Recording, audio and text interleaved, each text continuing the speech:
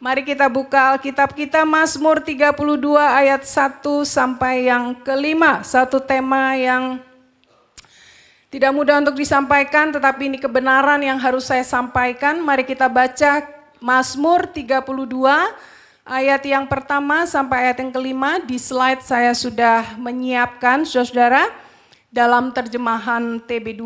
Silakan Bapak Ibu bisa membaca bersama-sama dengan saya. Oke. Mazmur 32 bersama-sama. Berbahagialah orang yang diampuni pelanggarannya, yang dosanya ditutupi. Berbahagialah manusia yang kesalahannya tidak diperhitungkan Tuhan dan yang tidak berjiwa penipu. Selama aku berdiam diri, mengeluh sepanjang hari. Maaf. Ayat yang keempat. Sebab malam aku menekan aku dengan berat, sumsumku menjadi kering seperti oleh teriknya musim panas. Ayat yang kelima. Dosaku kuberitahukan kepadamu dan kesalahanku tidaklah kusembunyikan. Aku berkata, aku mengakui pelanggaran-pelanggaranku dan engkau telah mengangkat beban dosaku. Ya. Bapak Ibu sekalian, di dalam tradisi gereja Injili, gereja kita adalah gereja Injili, saudara-saudara, praktek pengakuan dosa itu adalah sesuatu yang sangat-sangat penting, sangat ditekankan, ya. Dan praktek pengakuan dosa ini diperlakukan sebagai satu tindakan disiplin rohani yang harus saudara dan saya lakukan setiap hari, ya, di dalam relasi kita dengan Tuhan secara pribadi, di dalam doa kita, di dalam perenungan kita akan firman Tuhan, ingat bahwa kita harus melakukan tindakan pengakuan dosa di hadapan Tuhan. Dan saudara-saudara, di dalam konteks gereja, pengakuan dosa itu juga dilakukan bersama-sama di dalam ibadah kita, di dalam liturgi ibadah kita itu dilakukan di awal, di dalam doa pembukaan. Ya, jadi saya berharap ini himbauan untuk saudara juga bisa hadir tepat pada waktu, supaya kita bisa bersama-sama secara komunal, secara gereja, kita mengaku dosa di hadapan Tuhan sebelum kita memasuki ibadah kita lebih lanjut. Nah saudara, di dalam tradisi gereja Katolik, praktek pengakuan dosa ini juga menjadi sesuatu yang sangat penting, ya, karena masuk di dalam 7 sakramen penting di dalam praktek gereja Katolik. Nah saudara, secara singkat saja ya, tata cara pengakuan dosa di dalam tradisi gereja Katolik biasanya di awal mereka atau si petobat itu akan mempersiapkan diri, lalu kemudian dia akan masuk ke dalam ruang pengakuan dosa. Ya, ini ada 2 pilihan saudara, dia bisa masuk ke dalam satu ruangan khusus bagaikan kotak begitu, ya, ada tirainya, ya, dan dia bisa duduk. Ya, bisa duduk di dalam satu tempat yang disediakan, dan kemudian di balik tirai itu ada seorang pastor dan dia bisa mengaku dosa di situ dengan anonim, saudara. Ya, kemudian pilihan yang kedua, dia akan berlutut di hadapan pastor itu, ya, berhadapan muka secara langsung, dan dia mengakui dosa dengan pastor tersebut, ya, sebagai perantara kepada Tuhan. Nah, saudara, kalau misalnya ya salah satu yang dipilih, kemudian setelah itu saudara-saudara, dia akan melakukan pengakuan dosa, si petobat itu akan melakukan pengakuan dosa, dan setelah itu ada nasihat-nasihat dari sang pastor. Begitu ya, ada nasihat-nasihat yang harus didengar, dan kemudian pastor itu akan memberikan yang disebut dengan penitensi atau silih, atau penebusan, atau mungkin lebih mudah saudara bisa paham, hukuman yang harus dia lakukan atas dosa-dosanya. Nah saudara, hukuman itu biasanya berupa doa-doa yang harus dia panjatkan berulang-ulang, tindakan-tindakan tertentu, amal ataupun sesuatu yang harus dia lakukan berdasarkan nasihat si pastor itu. Ya, kemudian ditutup dengan doa tobat, ya, doa tobat, dan kemudian pastor itu akan memberikan abolusi atau kata-kata pengampunan kepada si petobat itu. Dan setelah itu saudara, petobat itu akan keluar dari ruangan dan kemudian dia siap harus gitu ya, dia harus siap melakukan penitensi yang sudah ditetapkan oleh pastor tersebut. Nah saudara, memang kita tidak melakukan tradisi ini karena nanti saya akan jelaskan ada perbedaan pandangan teologi di sini. Tetapi saudara coba perhatikan ya, ada beberapa pertanyaan yang akan kita jawab melalui khotbah ini. Yang pertama, apakah saudara dan saya sebagai orang Kristen masih bisa berbuat dosa? Jawab. Good. Yang kedua saudara, kalau iya, lalu kenapa? Kenapa saudara? Kita kan orang yang sudah ditebus Tuhan ya, kita sudah menerima anugerah ya. Dan kemudian saudara, yang ketiga pertanyaan penting yang harus kita jawab adalah bagaimana kemudian sikap kita pada waktu saudara dan saya berdosa. Saya pun orang berdosa saudara, saya berdiri di sini bukan dalam kapasitas orang yang suci ya, saya juga orang yang berdosa sama seperti saudara. Dan saudara, untuk memahami poin-poin penting ini saya mengajak kita perhatikan Mazmur Daud ini, Mazmur 32. Saudara, Mazmur 32 ini ada kemiripan dengan Mazmur 51. Ya, dua-duanya adalah Mazmur pengakuan dosa daripada Daud. Yang bedanya adalah saudara, kemungkinan Mazmur 51 itu lebih dahulu daripada Mazmur 32. Mazmur 51 pada waktu Daud berdosa karena berzina dengan Batsheba. Ya, dia masih agak muda saudara, dan Mazmur 32 ini di dalam usia dia yang sudah lebih lanjut. Ya. Nah saudara, coba kita perhatikan ya, dari sini Daud sebenarnya menjawab pertanyaan-pertanyaan tadi saudara. Ya, kita akan perhatikan. Ya, ini tiga pertanyaan yang akan kita perhatikan di dalam Mazmur Daud ini. Yang pertama saudara, apa dosa itu menurut Daud? Saudara perhatikan di dalam ayat yang pertama, ya, di sini ada sesuatu yang sangat indah. Pertama dan yang kedua, ini secara literatur Ibrani kuno begitu saudara. Ini ada pengulangan. Mengapa diulang? Karena ada penekanan. Jadi maknanya itu sama saudara ya. Jadi antara ayat 1 dan ayat yang kedua, ayat 1a itu kata dosa di situ disebut dengan pelanggaran, dan itu sebenarnya ditekankan lagi di dalam ayat yang kedua bagian A, yaitu kesalahan. Saudara bisa paham ya lewat ini yang saya tulis di sini ya. Dan kemudian ayat 1a itu ada kata dosanya dosanya tutupi dosanya, dan itu paralel ditekankan lagi dengan 2b, yaitu berjiwa penipu. Nah, saudara, kita akan lihat apa yang dimaksud dengan Daud di sini. Saudara, yang pertama, pelanggaran ya. Pelanggaran yaitu kesalahan ya. Nah, saudara, apa itu pelanggaran? Ya, saudara, di mana-mana ada tulisan dilarang buang sampah. Di gereja kita ini juga banyak catatan dilarang buang sampah di tempat ini. Tapi sampah masih ada enggak? Saudara yang jawab loh ya, bukan saya. Sampah masih berserakan di mana-mana di gereja ini saudara ya. Sudah tahu tidak boleh buang sampah. Saudara dilarang buang sampah. Tapi saudara masih buang sampah sembarangan. Saya cuma berpikir ya, ini jemaat-jemaat Tuhan buang sampah aja nggak nurut, apalagi kalau berdosa. Kan kono saya ngeliat toh. Ya, saudara nggak ada yang lihat, saya nggak lihat, Pak Hendra nggak lihat. Ya, Tuhan lihat saudara masalahnya ya.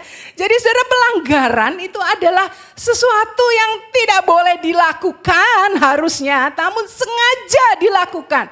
Dengan aktif saudara dan saya lakukan, itu pelanggaran saudara, dan itu dosa di hadapan Tuhan. Saudara, Adam dan Hawa, dia tahu dengan jelas Tuhan sudah bilang jangan makan buah ini. Yang lain boleh. Dia sengaja secara aktif dia langgar itu. Kain dengan sengaja dia langgar, dia membunuh Habel saudara. Ya, nah 10 perintah Tuhan. Tuhan bilang jangan ini, jangan itu, jangan ini, jangan itu. Namun saudara, pada prakteknya ini toh juga masih ada dan dilakukan di dalam konteks orang-orang Kristen. Saudara, jangan membunuh, memang mungkin orang Kristen gak membunuh ya, saya tidak pernah melihat ada di antara jemaat saya yang membunuh. Ya, jangan mencuri, jangan bersaksi dusta, jangan berzina. Saudara, ada banyak dosa-dosa yang Tuhan larang, tapi secara aktif juga anak-anak Tuhan masih lakukan. Iya apa enggak? Untung enggak ada yang bilang enggak ya. Iya kan? Betul kan? Ya. Nah, saudara, kemudian kesalahan, ya, perhatikan pelanggaran paralel dengan kesalahan, ditekankan lagi di situ. Kesalahan adalah sesuatu yang ini secara pasif, saudara ya. Apa yang seharusnya saudara dan saya lakukan, tapi saudara dan saya tidak lakukan. Nah, ini ya, simple ya, saudara tangkap itu ya. Itu dalam bahasa Inggrisnya itu sins of omission, yang tadi sins of commission, ini sins of omission. Nah, saudara, Yakobus 4 ayat 17 mengatakan demikian. Jadi jika seorang tahu bagaimana ia harus berbuat baik, tapi dia nggak lakukan, dia tidak melakukannya. Yakobus bilang apa? Ia berdosa. Saudara tahu itu saudara harus lakukan, saudara tidak lakukan. Kau sudah berdosa, saya sudah berdosa di hadapan Tuhan. Saudara, yang sederhana, contoh di dalam Alkitab. Perumpamaan orang Samaria yang baik hati, ya. Ada orang Samaria yang kemudian menolong orang yang terluka itu kan, ingat ya. Nah, ada imam sebenarnya, saudara, ada Lewi sebenarnya juga lewat. Lihat itu orang, aduh kasihan amat begitu ya, sudah mau mati babak belur, dicolong, dicopet begitu ya, dirampok ya. Tapi dia lakukan apa, saudara? Nothing. Dia pergi saja, saudara. Dia lewat saja. Ya, saudara, dia tahu dia harus lakukan sesuatu tapi dia tidak lakukan, dan firman Tuhan katakan itu dosa di hadapan Tuhan. Ya, saudara, Matius 25 ayat 42-45. Ada orang yang berkata, Tuhan kapan begitu ya? Aku telah melihat engkau begitu, ya engkau butuh tumpangan, engkau telanjang, yang engkau sakit begitu. Tuhan bilang enggak. Pada waktu engkau melihat ya ada sesama yang menderita seperti itu, harusnya engkau lakukan sama seperti engkau lakukan seperti aku, begitu kan? Ingat ya kisah itu ya. Ya, orang yang terasing, orang yang harusnya diberi tumpangan, orang yang telanjang harusnya diberi pakaian, yang sakit di dalam penjara engkau tidak melawat, kita memang tidak lakukan itu, gitu ya. Padahal harusnya kita lakukan itu. Kita tidak lakukan, maka Tuhan bilang itu berdosa. Wah, saudara, ini konsep dosa yang gak main-main. Yang mungkin saudara harus pikir baik-baik. Ya, satu contoh lagi, saudara. Ada orang kaya yang datang kepada Tuhan. Orang kaya ini datang. Tuhan, apa yang bisa saya lakukan untuk saya bisa masuk ke dalam kerajaan surga. Hidup yang kekal, begitu ya. Ya, kemudian dia bilang, lakukan semua perintah Tuhan. Dia bilang, semua sudah khatam begitu ya. Semua sudah kulakukan. Apa yang tidak kulakukan? Semua perintah Tuhan kulakukan. Saudara ingat apa yang Tuhan bilang? Sekarang jual milikmu. Jual semua milikmu. Karena Tuhan tahu hartanya, hatinya itu ada di hartanya. Jual itu, bagikan kepada orang lain. Lakukan pelayanan kepada orang lain. Nah, kemudian apa yang dilakukan orang ini? Dia pergi, dia sedih karena dia tahu dia tidak bisa lakukan itu, dia tidak mau lakukan itu. Dan saudara, Tuhan menegur dengan keras ya. Pada waktu ada kesempatan kau bisa melayani Tuhan, kau bisa melayani gereja Tuhan dengan hartamu, kau tidak lakukan itu. Dan Tuhan katakan apa? Kau berdosa di hadapan Tuhan. Dan Tuhan tidak berkenan terhadap orang ini. Saudara, ini konsep dosa yang mungkin jarang ya, tapi saudara, Tuhan mengingatkan kepada saudara dan juga kepada saya. Dan saudara, pada waktu Tuhan bilang hormati orang tuamu. Hormati orang tuamu. Saudara mungkin berkata, saya bukan malin kundang kok Bu. Saya tidak membenci dan menolak orang tua saya. Saya tidak maki-maki orang tua saya. Tapi pertanyaannya saudara-saudara ya, secara pasif. Apakah engkau mengasihi dengan tulus dan itu ditunjukkan lewat perbuatanmu? Apakah engkau memperhatikan dia, menelpon dia, menanyakan apa kabarnya bagi orang tua yang sakit, hai anak-anak yang ada di perantauan. Engkau perhatikan orang tuamu atau tidak, engkau kasihi dia, engkau rawat dia pada waktu dia sudah tua. Engkau kunjungi dia atau tidak, saudara.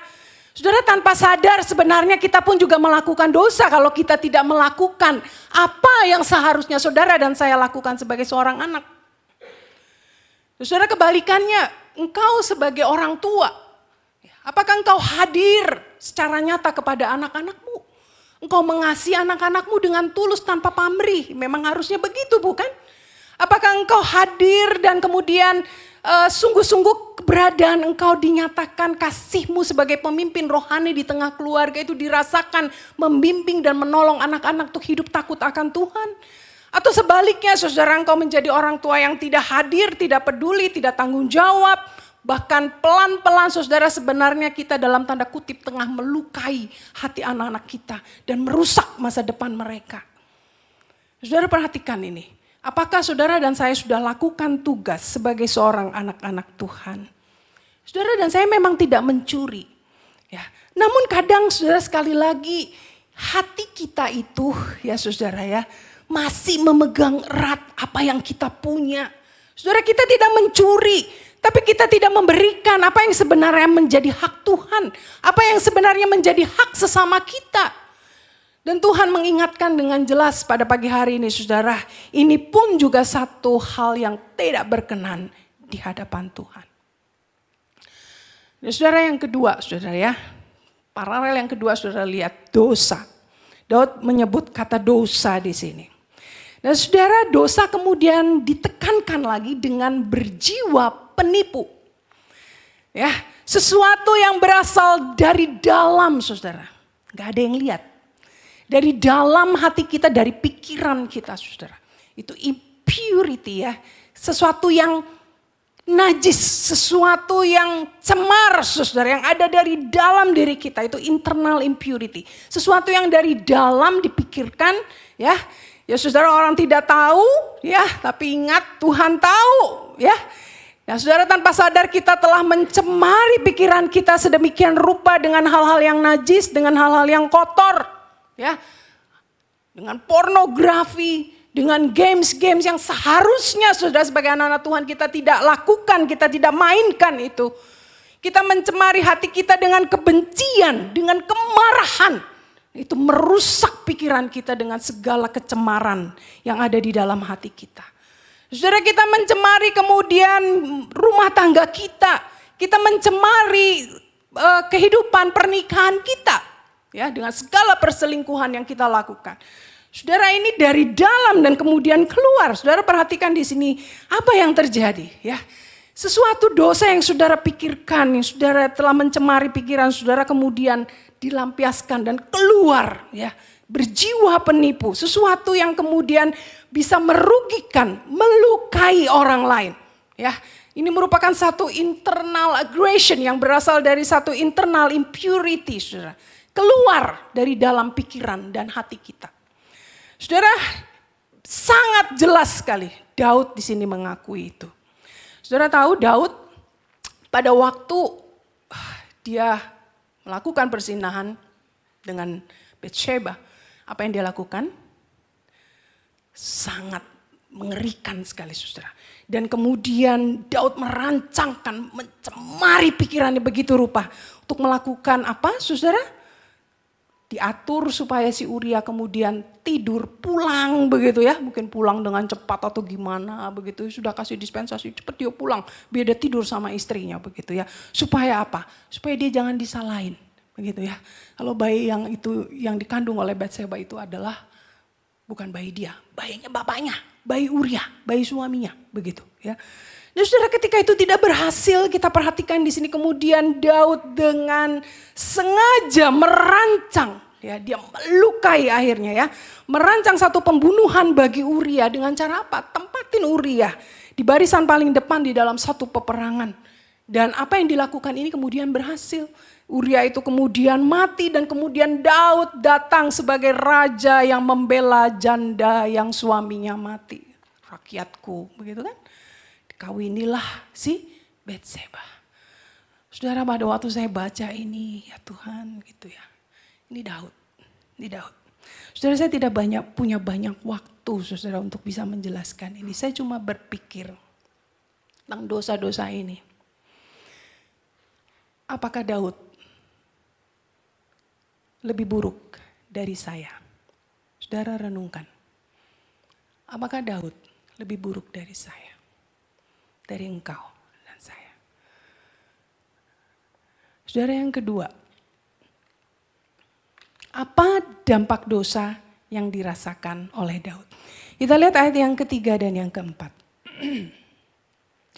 Saudara, ayat ini kerap dipakai untuk menggambarkan satu kondisi depresi seseorang. Ya.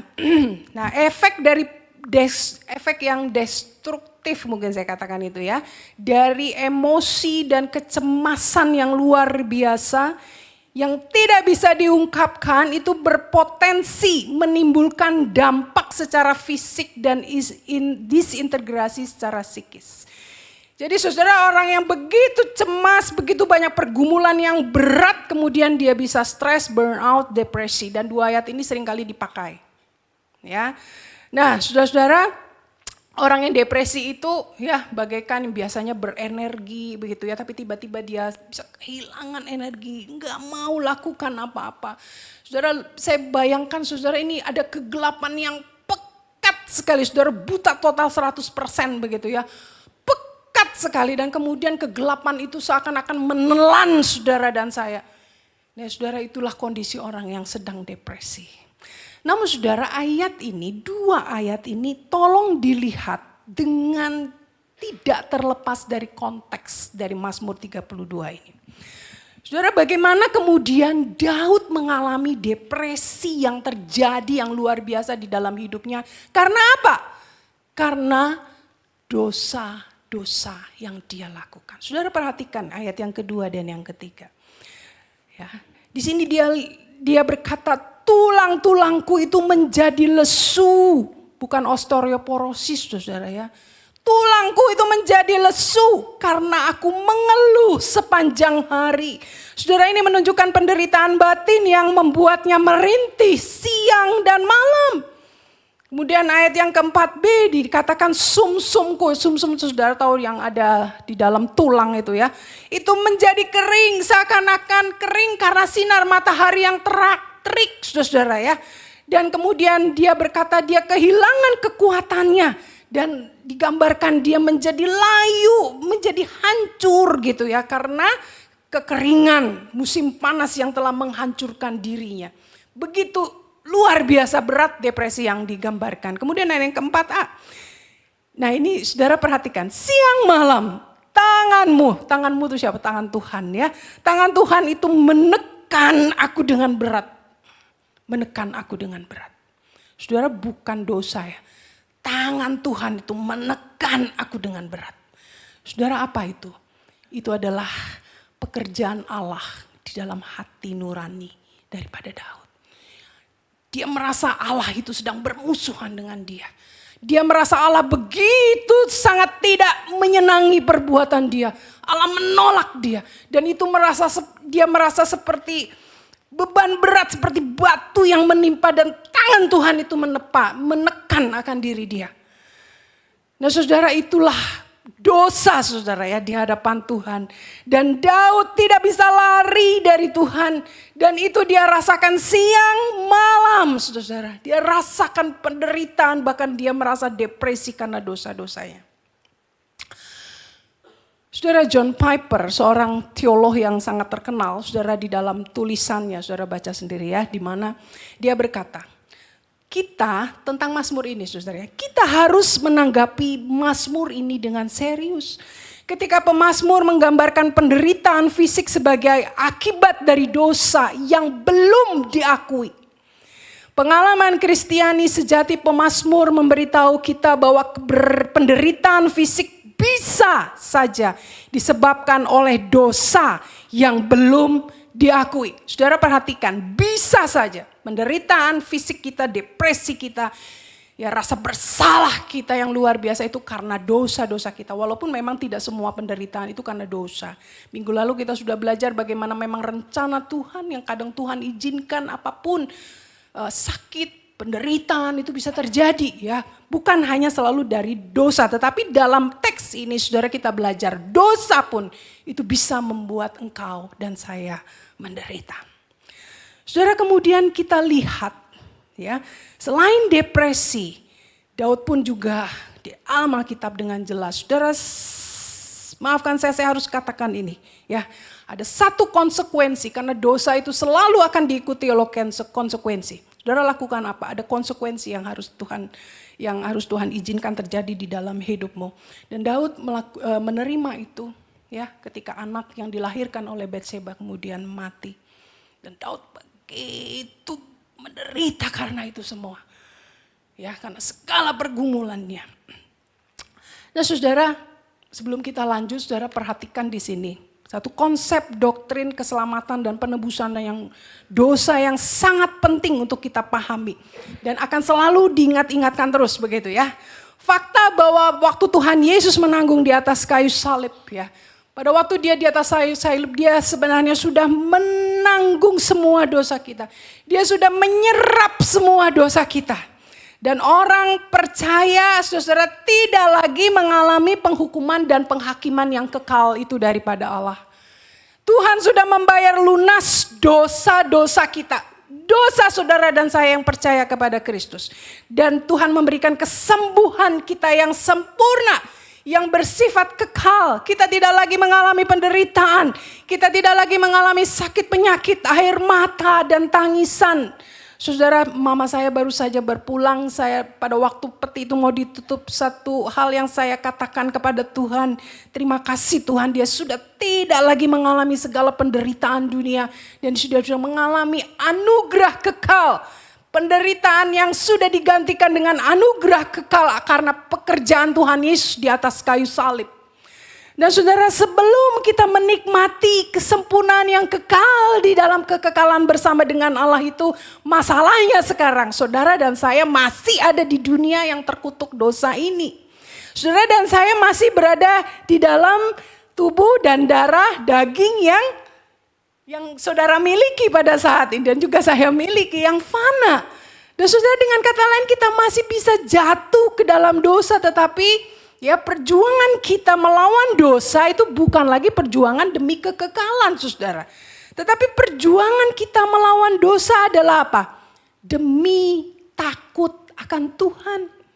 Demi hati yang rindu untuk selalu menyenangkan Tuhan. Menjadi orang-orang yang tahu diri atas segala anugerah yang Tuhan sudah berikan buat saudara dan saya. Dan tujuannya adalah jelas, saudara. Ya, kalau kita berdosa, kita akui di hadapan Tuhan dan kita mengalami pergumulan, Tuhan mengajar kita untuk semakin dewasa di hadapan Tuhan.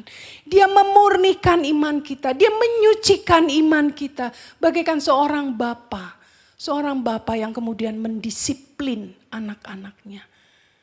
Dan kadang menyakitkan, saudara, kadang menyakitkan. Ya, kita terus bergumul dengan dosa. Kita akui di hadapan Tuhan, kita akui. Dan Tuhan izinkan itu untuk memurnikan kita. Berjuang untuk itu. Nah, saudara, pertanyaannya adalah, saudara, sekarang begini. Daud begitu gelisahnya dia dengan dosanya. Begitu hancur, depresi, saudara. Saudara dan saya gimana? Saudara tahu saudara berdosa, saya juga orang berdosa, saudara. Tapi pada waktu saudara tahu saudara berdosa, saudara seperti Daud enggak? Apa saudara merasa gak kerasa tuh? Aman-aman aja. Lakukan lagi terus. Saudara, poin yang terakhir. Nah, kemudian ini poin aplikasi yang harus kita perhatikan. Apa yang kemudian Daud ambil untuk menyikapi semua dosa-dosanya? Di ayat yang kelima, saudara perhatikan, indah sekali. Dosaku kuberitahukan kepadamu dan kesalahanku tidaklah kusembunyikan. Aku berkata, aku mengakui pelanggaran-pelanggaranku kepada Tuhan dan engkau telah mengangkat dosaku. Saudara, apa yang Daud lakukan di hadapan Tuhan? Dia datang ke hadapan Tuhan. Dia mohon ampun. Sungguh-sungguh dengan tulus. Dengan segala beban berat dia diakui. Seorang penafsir mengatakan, saudara, di ayat ini, di Mazmur 32 ini, Daud lakukan itu di hadapan para rakyatnya. Diakui dengan jujur, aku orang yang berdosa di hadapan Tuhan. Dan saudara, tidak hanya Tuhan mengampuni, Tuhan mengangkat rasa depresi bersalah Daud. Dan itu bagaikan apa saudara, bagaikan batu besar yang kemudian Tuhan singkirkan. Tuhan angkat saudara, itu kalau pemahaman katanya begitu ya. Itu Tuhan angkat itu. Dan Daud terbebas karena kerinduan dia yang dalam untuk mengakui di hadapan Tuhan. Saudara, ada sebuah film. Mungkin saudara pernah ada yang nonton ya. Judulnya adalah The Mission. Saudara, ini film berlatar belakang tahun 1750. Film ini dibuat 1986. Ya, ada seorang yang bernama Rodrigo Mendoza. Ini diperankan oleh seorang tokoh terkenal bernama Robert De Niro. Dia adalah seorang yang begitu jahat saudara, dia adalah tentara bayaran yang pekerjaan dia adalah menculik orang-orang dari suku Indian, saudara, yang berada di Amerika Selatan bagian tengah di satu hutan hujan, saudara, di situ ada air terjun yang sangat luar biasa besar. Kerjaan dia tuh menculik orang-orang Indian di sana, dijadikan budak-budak, dijual, saudara ya. Ini perbuatan yang begitu menjijikan sekali. Dan dia satu waktu saudara di dalam kisah film ini dikatakan dia membunuh saudaranya sendiri karena cemburu. Ya, dia membunuh, jadi begitu biadab sekali orang ini. Dan sudah singkat cerita, karena akhirnya dia melakukan satu kriminalitas, dia dikejar dan dia melarikan diri. Dan di dalam pelarian itu saudara, kemudian dia bertemu dengan seorang pastor Jesuit yang sedang melakukan misi di pedalaman itu. Bernama Pastor Gabriel. Dia dimainkan juga oleh seorang yang terkenal, Jeremy Irons ya.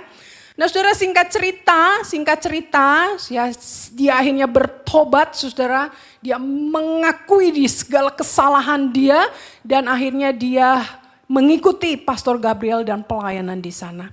Namun saudara, sebelum itu saudara, dia mengalami, boleh saya gambarkan apa yang digambarkan oleh Daud ya. Dia mengalami depresi yang luar biasa ketika dia ditegur akan dosa-dosanya. Dia begitu hancur hatinya saudara, seakan-akan dia ingin bunuh diri.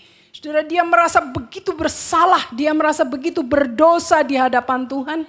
Ada percakapan yang indah saudara di dalam film ini, dia berkata begini, Pastor Gabriel bilang, Tuhan memberi kita kebebasan untuk memilih, namun engkau memilih kejahatanmu. Kemudian dia berkata lagi, apakah engkau punya keberanian untuk memilih cara menebus atau penitensi itu ya atas dosa-dosamu? Karena ini latar belakang Katolik. Kemudian Mendoza berkata, tidak ada penebusan atau penitensi yang cukup setimpal bagi dosa-dosaku. Dan apakah engkau melihat saya gagal melakukannya? Engkau mau melihat saya gagal melakukannya? Mendoza berkata demikian. Nah, saudara, singkat cerita, akhirnya apa yang dilakukan oleh Mendoza? Saudara, kemudian Mendoza melakukan satu tindakan ya untuk menebus perasaan dosanya yang tidak tertahankan itu saudara. Dia kemudian mengikatkan dirinya dengan tali dan kemudian ada tali itu seperti ada kantong dan kantong itu kemudian diisi dengan barang-barang yang beratnya itu ratusan kilo saudara ya. Kalau dalam tulisan yang saya baca itu beberapa ratus pon ya, kira-kira ya berapa ratus kilo begitu, karena 2 pon kan 1 kilo begitu ya. Dan kemudian beban berat itu saudara dilambangkan sebagaikan dosa yang harus dia tanggung.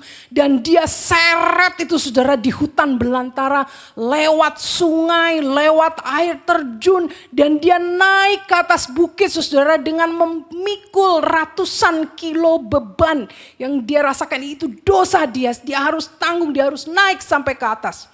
Saudara, ada seorang pastor yang kasihan sama dia begitu ya. Akhirnya dipotong talinya begitu ya. Karena sanonya begitu Mendoza. Tapi kemudian Mendoza tidak menyerah. Dia ambil lagi tali itu. Kemudian dia berusaha. Dia naik terus sampai ke atas. Dia lakukan itu apa saudara? Untuk menebus rasa bersalahnya di hadapan Tuhan. Saudara, memang Mendoza di sini mencoba untuk melakukan penebusan dosa. Ya, walaupun mungkin secara teologi kita mungkin tidak seperti itu, begitu ya. Karena kita melihat solus Christus, that's enough, begitu ya. Tidak ada semua apapun yang bisa kita lakukan untuk menebus dosa kita, bukan? Ya, walaupun saudara lakukan itu, ya, apakah itu bisa mencukupi begitu ya masalahnya ya. Karena karya Kristus itu sudah sebenarnya mencukupi. Dengan cara apa? Terima Tuhan Yesus. Akui dosa-dosamu di hadapan Tuhan. Nah, saudara, ini memang film. Tetapi yang ingin saya sorot adalah saudara, rasa bersalahnya. Rasa di mana dia ingin mengakui dosa dengan tulus di hadapan Tuhan. Bagaimana saudara dan saya? Bagaimana saudara dan saya? Saudara, Mazmur Daud dengan jelas berkata bahwa tidak ada satu dosa pun, pelanggaran apapun, ya, yang mampu kita tebus, mampu kita tutupi selain Allah sendiri yang mengerjakannya bagi saudara dan saya. Oleh karena itu Daud di dalam ayat ini di awal sekali dia berkata, berbahagialah, berbahagialah engkau dan saya yang diampuni pelanggarannya, yang dosanya ditutupi. Itu semua adalah karena karya Kristus di atas kayu salib. Bagaimana engkau dan saya? Apakah pada saat ini engkau merasa dosa-dosamu begitu membelenggu, begitu menjeratmu? Apakah engkau merasa begitu lelah? Saudara, saya pernah merasakan hal ini. Saya merasa Tuhan, saya berdosa di hadapan Tuhan. Saudara, datanglah kepada Kristus. Sama seperti Daud. Akui di hadapan Tuhan. Akui. Mohon pengampunan Tuhan. Dan bagi engkau dan saya yang masih bergumul akan dosa. Tapi engkau menikmati dosamu. Kau tidak merasa bersalah dengan dosamu. Dan saudara, engkau tanpa sadar sebenarnya sekali lagi menganggap murah anugerah yang Tuhan sudah berikan di atas kayu salib buat engkau dan saya. Mungkin kau berdosa, saya pun berdosa saudara. Dosa saya pun serius, dosa kita semua serius. Ya. Jika ada di antara saudara yang mungkin masih belum percaya akan segala penebusan Kristus di atas kayu salib. Tidak ada jalan lain. Datang ke hadapan Tuhan. Terima dia sebagai Tuhan dan Juru Selamat. Akui dosa-dosamu. Dan dia akan menutupi dosa-dosamu. Berbahagialah saudara dan saya. Amin.